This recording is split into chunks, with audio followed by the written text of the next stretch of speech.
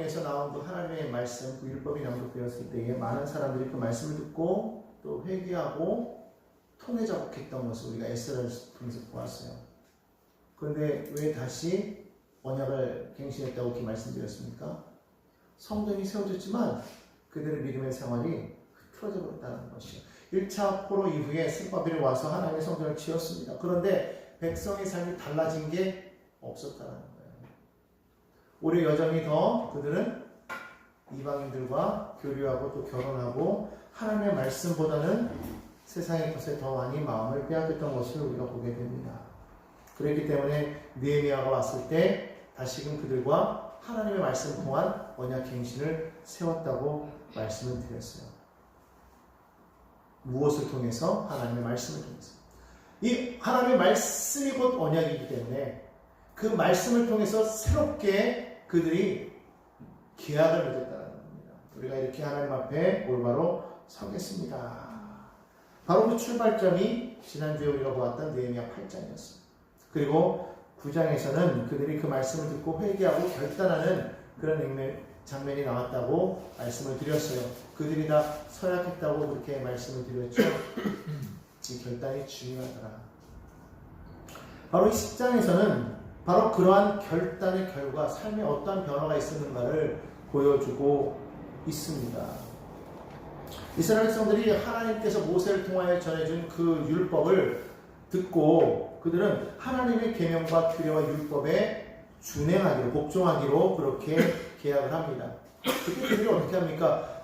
어기면 어떤 저주를 받아도 좋다고 그렇게 맹세하는 장면이 성경에 나와요. 어떤 것이 있었냐면 오늘 본문 11장을 보면 하나씩 나오고 있는데 첫째는 우리는 딸을 이방의 백성과 결혼시키지 않겠다는 거예요. 이방의 백성과 결혼하지 않겠다. 그리고 아들들 또한 그들의 딸들과 결혼시키지 않겠다는 거예요. 왜 결혼시키지 않겠다고 그렇게 얘기했죠? 섞일까봐. 그들의 신앙이 섞여버릴까봐. 지난번에 노아의 홍수 이야기를 얘기했을 때 왜 하나님께서는 가인의 계열의 후손들뿐만 아니라 셋의 후손들까지도 다 멸하셨다고 그렇게 말씀드렸어요? 그들에게 주어진 하나님께서 그 셋의 계열에게 주어진 그 사명을 잊어버렸기 때문입니다. 오히려 가인 계열에게 나아가서 하나님의 말씀을 전하고 그들로 하여금 하나님만이 진정한 왕이심을 전하며 하나님의 나라를 그 땅 가운데 세워나갔어야 되는데 그것을 행하지 못하고 오히려 그들과 섞임으로 말미암아 세상 속에서 하나님의 이름을 드러내지 못했어요. 하나님의 왕되심을 드러내지 못했단 말입니다. 결국은 하나님께서는 홍수를 통해서 다 멸해버리고 말았던 것을 보게 되죠. 이스라엘 백성들에게 말할 때도 너희가 그 땅에 들어갔을 때에 그 땅에 있는 이방 족속들과 섞이지 말라고 그를 다 몰아내려고 했던 것은 바로 여기에 그 의미가 있었다는 것이죠. 그럼에도 불구하고 그들은 그러하지 못했기 때문에 결국은 망해서 포로로 잡혀갔고 포로로 잡혀갔던 사람들이 돌아와서 놀랍게도 은혜 가운데 하나님의 성전을 지었지만 여전히 그들은 이방인들과 섞여 살았다는 것을 우리가 볼 수 있었죠. 에스라가 그걸 보면서 탄식을 하면서 그들에게 말씀을 전했고 그들이 다시 하나님과 계약을 맺었지만 그러나 여전히 또 시간이 흘러가면서 또 계속적으로 해이해지는 모습을 우리는 보았고 느헤미야를 통해서 성벽이 건축되어지는 것 그리고 나서 다시금 언약의 갱신을 맺는 그런 장면까지 우리는 살펴보았는데 바로 그때 그 내용 가운데 하나가 뭐냐? 이방인과 결혼하지 않겠다. 신앙이 섞이면 안 되기 때문에 신앙을 순수하게 지켜나가야 될 것을 말하고 있습니다. 두 번째는 뭐였습니까? 이 땅의 백성이 안식일에 어떤 물건이나 곡식을 내어다가 판다고 할지라도 우리는 거래하지 말자는 거예요. 언제? 안식일. 주님의 성일에는 일하지 말자라는 것을 엄격하게 그렇게 이야기하고 있다는 거예요. 왜냐하면 그것을 지키는 것은 무엇을 의미하냐면 하나님께서 우리를 먹이시고 입히신다라는 믿음의 고백이기 때문에 많은 사람들 보았을 때에 안식일에 일을 해야 더 오히려 쉬는 날이기 때문에 더 많은 수익이 있을 거라고 그렇게 생각하지 않습니까? 그러나 실제로 그렇지 않은 경우가 많이 있습니다. 오히려 안식일을 하나님 앞에 이 예배를 온전히 지키고 주의를 잘 지키는 그런 사람들을 보십시오. 오히려 더 잘 되는 그런 모습을 보게 돼요. 여러분이 잘 아는 신원 에베네셀이라는 그런 그룹이 있어요. 그 그룹의 모토는 뭐냐면 주일에는 일하지 않습니다. 그들은 온전히 하나님께 예배하기 위해서 주일에 예배하지 않았어요. 그 결과 그 모든 어려운 과정을 지나면서도 그 그룹은 오히려 더 든든하게 서갔던 것을 보게 됩니다. 오늘 여러분들은 마찬가지입니다. 우리가 하나님 앞에 우리가 정말로 믿음의 고백을 하면서 온전히 이날은 먼저 하나님 예배를 우리가 먼저 하겠다. 그리고서 믿음으로 나가게 되면 하나님께서는 그 믿음을 보시고 채워주시는 거예요. 성경은 뭐라고 말하고 있습니까? 너희는 먼저 그의 나라와 그를 구하라. 그리하면 이 모든 것을 너에게 더하여 주리라. 무엇을 먹을까, 무엇을 마실까, 무엇을 입을까 염려하지 마라. 이는 다 이방인들이 하는 것이라고 그렇게 말씀하고 있습니다. 공중나라의 산을 보라. 드레핀 백합화를 보라. 저들은 길쌈수고하지 아니하여도 다 천부께서 먹이시고 입히시지 않느냐. 하물며 하나님이 지으신 너희일까 보냐. 하나님께서 너희를 먹이시고 입히시겠다고 성경 분명하게 말씀하고 있다. 그렇기 때문에 우리는 정말 철저하게 이 날을 지켜서 하나님 앞에 예배할 때에 하나님께서는 우리의 모든 삶에 필요한 것들을 다 채워주시는 놀라운 역사가 일어나게 될 줄로 믿습니다. 아멘. 하나님께서 문을 열어야 돼요. 아멘. 하나님께서 문을 열면 닫을 자가 없어요. 반대로 하나님께서 문을 닫으시면 열 자가 없는 거예요. 아무리 우리가 애쓰고 수고하여도 갑자기 하나님께서 문을 닫아버리면 어떻게 돼요? 다 나가는 것이죠. 얼마 전에 뉴스를 보니까 이번에 방울토마토 그 농사를 짓는데 신품종이 개발이 되었어요. 신품종이 개발이 되어가지고 많은 매출 수익을 얻을 것이라고 생각했는데 이게 웬일입니까? 그 신품종 안에 독성이 들어있었던 거예요. 먹으면 다 배탈이 나가지고 설사하고 토하는 거예요. 그래가지고 정부에서 그걸 알고 그 신품종을 중지시켜버렸어요. 판매 중지! 그러다 보니까 신품종을 심었던 농가들이요 다 나가게 된 거예요. 얼마나 풍성하게 열매를 맺었는지 모릅니다. 그 방울토마토 그 주인이 울어요. 왜? 정말 열심히 일해서 갖고 왔거든요. 자식과 같이 그렇게 생각했다라는 것이죠. 정말 보니까 방울토마토가 그렇게 맺혀 있는 거예요. 근데 팔 수 없는 거예요. 이해가 되십니까? 여러분 하나님이 문을 닫아버리면요 안 되는 거예요. 아무리 열심히 우리가 농사를 짓고 모든 것이 풍성하게 이루어졌다 할지라도 갑자기 태풍 한번 불어버리면요 벼가 다 쓰러져 버리면요 끝인 거예요. 아무리 사람이 노력하여도 하나님이 막아버리시면 안 돼요. 그러나 사람이 노력해서도 안 된 것을 하나님의 문을 열기 시작하면 놀라운 역사가 일어나게 된다는 거예요. 성경에서 보여주고 있지 않습니까? 베드로가 밤이 맞도록 고기를 잡았으나 하나도 잡지 못했어요. 그런데 주님의 말씀을 듣고 깊은 곳에 나가서 그물을 던졌더니 그물이 찢어질 만큼 많은 고기를 잡았더라. 이게 무슨 말입니까? 모든 것을 하나님께 맡기고 나아가면 하나님의 말씀대로 순종하고 나아가면 하나님께서 채우시겠다는 거예요. 믿으시면 아멘. 아멘. 그리고 마지막으로 뭐라고 말하냐면 7년마다 땅을 쉬게 하겠다. 그리고 6년이 지난 빛은 모두 탕감해 주겠다. 이거 엄청난 일 아니겠습니까? 이거는 특별히 있는 사람들이 행해야 될 그러한 모습이 아닌가 생각되어져요. 은혜를 베푸는 것이죠. 왜? 우리 모든 것은 다 하나님께로 주어진 것이기 때문에. 그래서 땅도 7년에 한 번은 쉬라는 거예요. 쉬게 하라는 거예요. 땅을 쉬면 어떻게 많은 것을 얻을 수가 있을까 생각하지만 그러나 그렇게 땅을 쉬게 함으로써 오히려 땅이 더 기름져져서 그 다음에 농사를 지었을 때는 더 많은 열매를 맺을 수가 있게 된다는 겁니다. 우리가 보통 사과를 보면은 가지치기를 많이 해주잖아요. 처음에는 막 가지를 칩니다. 아깝죠?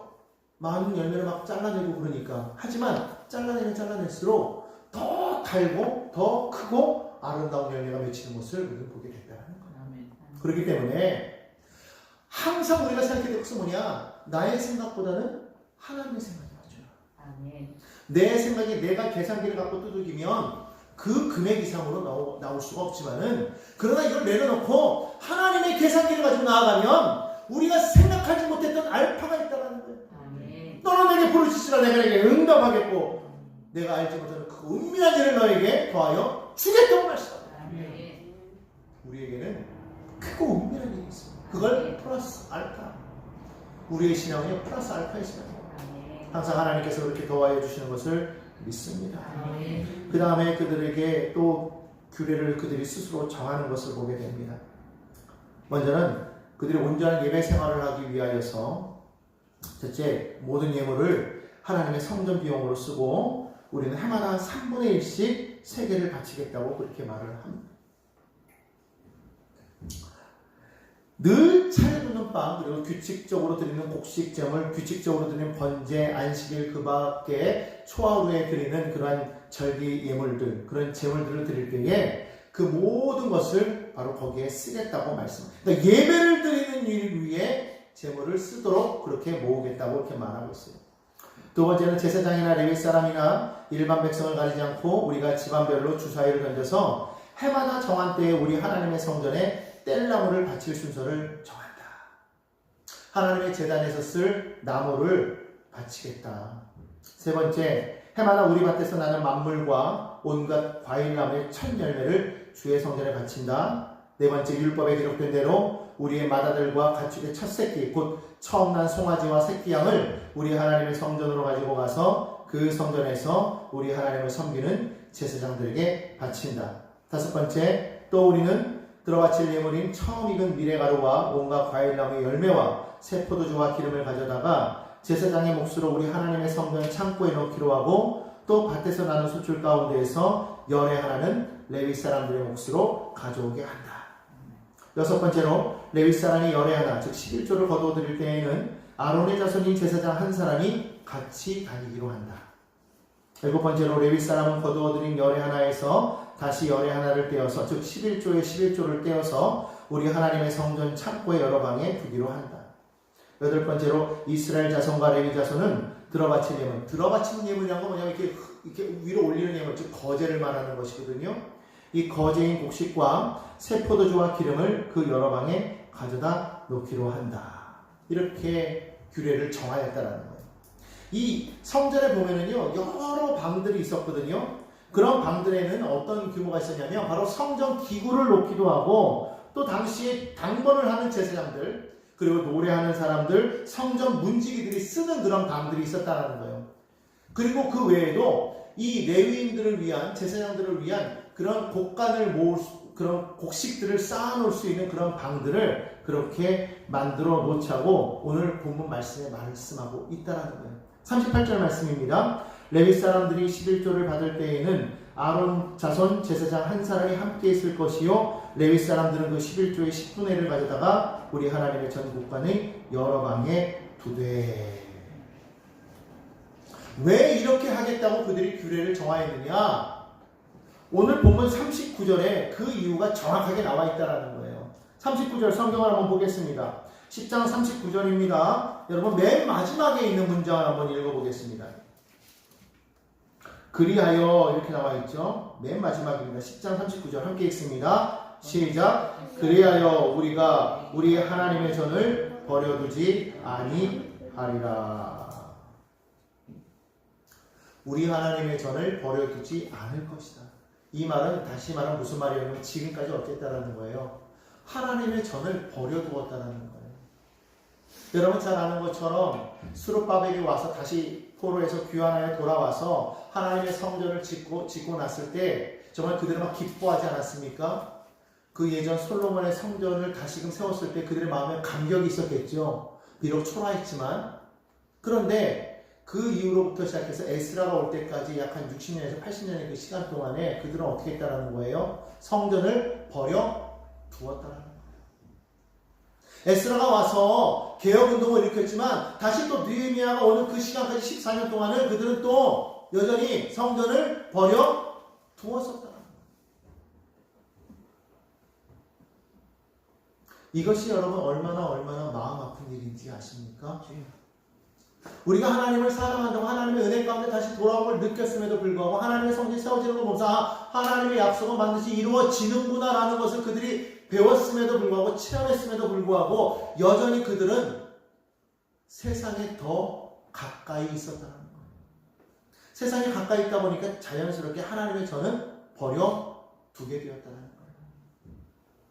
오늘 이것을 성경에서 말씀하고 있는 거예요. 그런데 오늘 지금 이 순간 느헤미야 앞에서 그들이 결단하는 겁니다. 뭐라고요? 하나님의 성전을 이전과 같이 버려두지 않을 것이다. 그러기 위해서 행한 것이 뭐냐? 곡간 하나를 만들어서 거기에다가 이 11조를 쌓자라는 거예요. 이 레위인들의 11조를 성전 창고에 모아두라는 이 명령은 바로 예루살렘으로 돌아온 에스라가 추진하고 있던 그런 영적인 부흥과 밀접한 관계가 있었다는 거예요. 에스라가 추진하고 있었던 그 영적인 부흥은 무엇이었습니까? 바로 예배 부흥이었다는 거예요. 예배가 회복되는 것이었죠. 하나님의 말씀을 통해서만이 예배가 회복될 수 있다고 보았는데, 그런데 정작 예배가 회복되려고 하니까 성전에서 일하는 제사장 레위인들이 없었다는 거예요. 그래서 에스라가 돌아올 때 누구를 모집해서 데려왔느냐? 레위 사람들을 수소문했어요. 아마 지난번에 에스라 할 때 여러분 들었겠지만 레위 사람들을 수소문해가지고 그들을 모아서 함께 귀환했다는 거예요. 왜?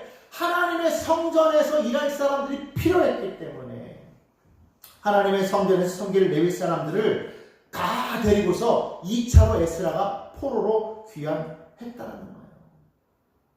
그런데도 불구하고 놀랍게도 에스라가 개혁운동을 일으켰지만 제사장들을 세우고 레위인들을 세웠지만 안타깝게도 신앙의 개혁이 일어나지 않았대요. 왜 그런가 하고 보았더니 레위인들이 다 떠나갔다는 거예요. 느헤미야 13장 10절에 보니까 이렇게 말하고 있어요. 레위 사람들은 그동안에 받을 몫을 받지 못하고 있었다.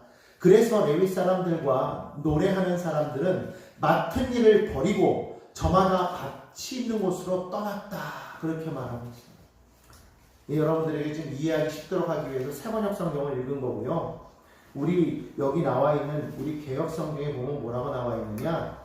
이렇게 말하고 있어요. 각기 밭으로 도망하였기로. 도망하였다라는 거예요. 성전에서 섬겨야 될 레위인들이 다 어떻게 했더라? 도망하였더라. 왜요? 그 위에 보니까 그들이 받을 몫을 주지 아니하였다. 여러분 잘 아는 것처럼 레위 사람들은요, 성전에서 하나님의 일만 하게끔 되어 있었어요. 그래서 그들에게는 성읍도 주지 않았습니다. 땅을 분배하지 않았어요. 오히려 다른 지파 안에 성을 두고 거기서 같이 살도록 그렇게 했지 않았습니까?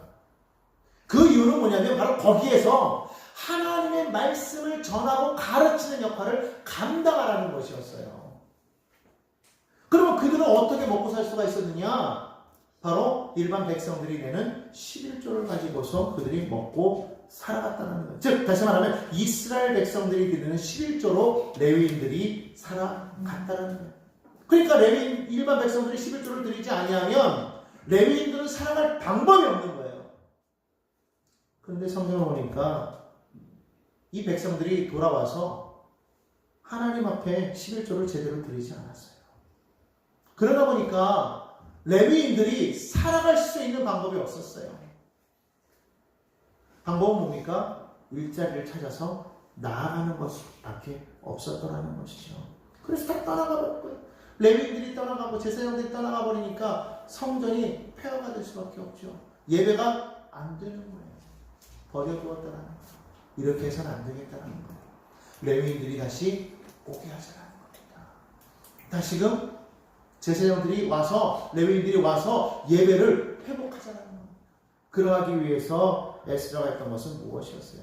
바로 이러한 결단을 하자. 그 결단을 위해서 만든 규례가 바로 뭐예요? 바로 오늘 여기 보니까 레위인의 11조를 성전의 여러 창고에 모으겠다는 거예요. 그게 오늘 우리가 읽었던 본문 말씀인 거예요. 채우자라는 거예요. 왜? 레위인들은 하나님만을 섬길 수 있는 사람들이기 때문에 바로 그들이 하나님만을 섬길 수 있도록 하자. 다시 한번 말하면 성전이 성전으로서의 그런 구실을 할 수 있도록 하자. 이게 하나님께서 원하시는 이스라엘 백성들의 삶이었다는 거예요. 다시 말하면 이 에스라가 바라보았던 이스라엘은 어떤 이스라엘이냐? 너희는 누구냐? 예배 공동체라는 거예요. 우리가 역대기를 우리가 보지는 않았지만 역대기에서 제일 먼저 나올 때 역대기를 보면 1장부터 10장까지 계속해서 족보가 이야기가 나오는데 그 족보를 쭉 통틀어서 우리가 이야기하다 보면 너희는 누구냐라고 말했을 때 너희는 하나님의 백성이라는 거예요. 왜? 다른 족보와는 상관없이 역대기의 족보는요 하나님까지 올라가거든요. 하나님께서도 아담으로부터 쭉 역사가 이어져 내려오고 있거든요. 그런데 그 역대기를 쭉 족보를 이야기하면서 그런데 그 가운데서 가장 위대한 왕이 하나 태어났는데 그가 누구냐? 바로 다윗이었다는 거예요. 근데 그 다윗은 어떠한 인물이냐? 열왕기를 보면은요 추잡한 행동도 많이 하고요 잘못된 행동도 많이 하고요 정말 우리와 같은 똑같은 인간적인 모습을 보였던 그런 왕이었는데 역대기를 보니까 그런 왕은 온데간데 없고 어떤 왕이었느냐? 그는 하나님의 성전을 짓기 위해서 평생을 거기에 못 바쳤던 사람이 다윗이었다. 언제나 하나님 말씀 앞에서 하나님의 율법을 가져다가 말씀을 가져다가 자기가 있는 곳에다 두었던 사람이 바로 다윗이었고 사울왕은 그러지 않았는데 다윗은 언제나 하나님 앞에 늘 물어봤던 사람. 하나님 오늘 이 일을 어떻게 행해야 되겠습니까? 물어봤던 사람이 바로 다윗이었다는 거예요. 그렇던 다윗이 그 마음 가운데 가졌던 평생의 열망이 뭐냐 하면 성전을 건축하는 거였다는 거예요. 그런데 하나님께서는 다윗에게 성전을 건축하지 못하게 하셨습니다. 왜? 전쟁을 많이 해서 피를 많이 흘렸기 때문에. 그래서 대신 그 성전이 있는 것은 그의 아들이었던 솔로몬에게 그 일을 맡기죠. 왜? 하나님은 평강의 하나님이시기 때문에. 솔로몬으로 하여금 짓게 하셨습니다. 그런데도 불구하고 다윗은 어땠습니까? 거기에 머뭇거리지 않고 끊임없이 성전 짓기를 오래 했기 때문에 하나님께서는 다윗에게 무엇을 허락하셨느냐? 성전의 설계도를 허락하십니다. 성경에서는 그것을 식양이라고 이렇게 말하고 있어요. 성전의 식양이라는 것은 성전의 건축 설계도를 말합니다. 하나님께서 그 성전을 어떻게 지으라고 건축 설계도를 다윗에게 명확하게 보여주시면서 다윗은 그것을 바라보고 그 성전에 필요한 모든 재료들을 다 사들였단 말이에요. 외국에서부터 나무를 사오고 또 목수를 사오고 석공을 사오고 왜? 성전을 짓기 위한 준비를 하게 됐어요. 그리고 아직 성전이 지어지지도 않았는데도 불구하고 성전에서 행해질 그런 모든 제사와 규례와 법도들을 다 회복시켰다는 거예요. 그리고 제사장의 반차를 따라서 제사장들이 돌아가면서 예배하게 하는 거, 또 레위인들이 돌아가면서 성전을 지키게 하는 거, 문지기들이 지키게 하는 거, 찬양대들이 해야 할 것들 다 준비해놨다는 거예요. 아직 성전이 지어지지도 않았는데 그러했던 사람이 누구냐? 다윗이었다는 거예요.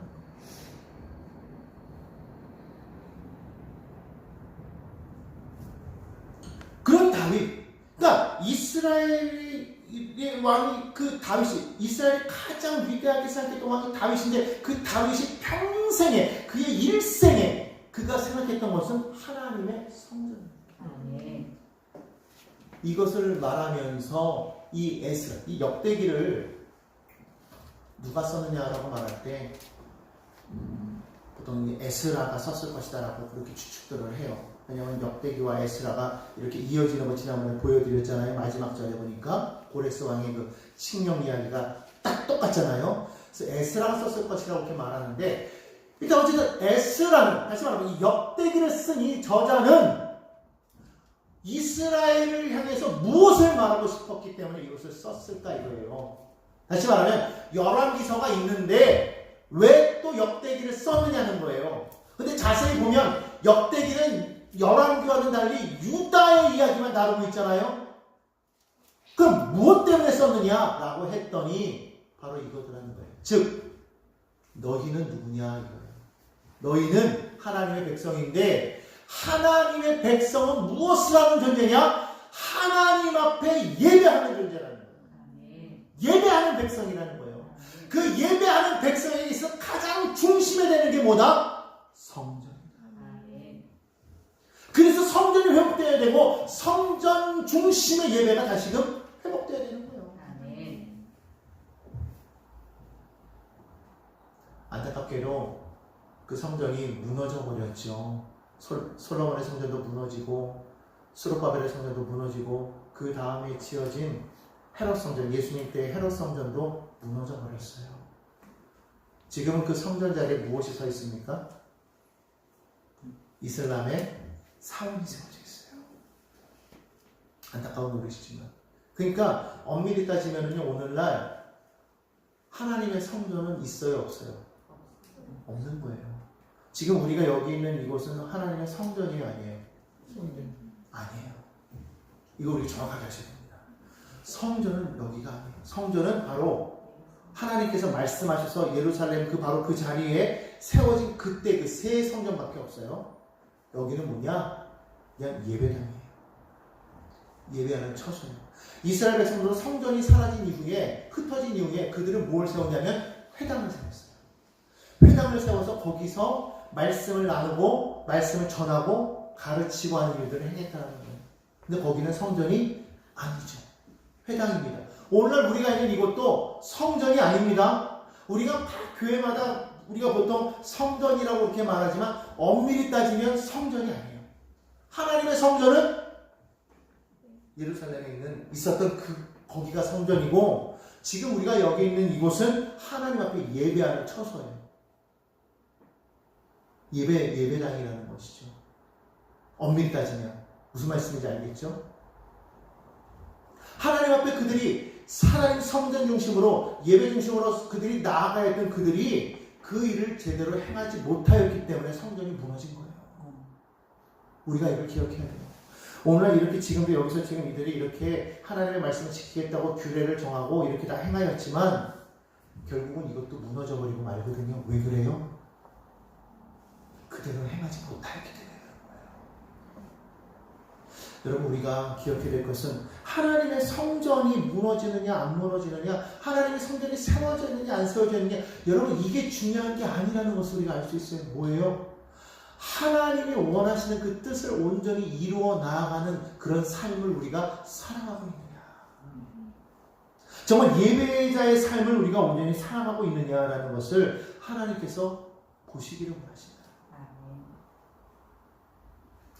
아무튼 그러지 못했기 때문에 이스라엘 백성들이 그동안의 성전을 버려두었지만 이제 이번 계약을 통해서 그들이 뭘 하겠다고 말하는 겁니까? 하나님을 우리가 사랑하겠다.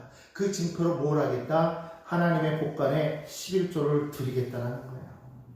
그러니까 이스라엘 백성들이 11조를 드리는 것은 다른 이유가 아니에요. 하나님을 사랑하는 것이다. 동시에 하나님의 성전을 섬기는 레위인을 사랑하는 것이다. 제사장을 사랑하는 것이다. 여러분, 이것을 분명하게 우리가 알 수 있어야 됩니다. 우리가 어떤 분이 그런 글을 썼더라고. 인터넷에 보면 상당히 유명한 명언인데, 사랑하지 않고는 줄 수 있어도 주지 않고 사랑할 수는 없다. 그런 말을 하고 있어요.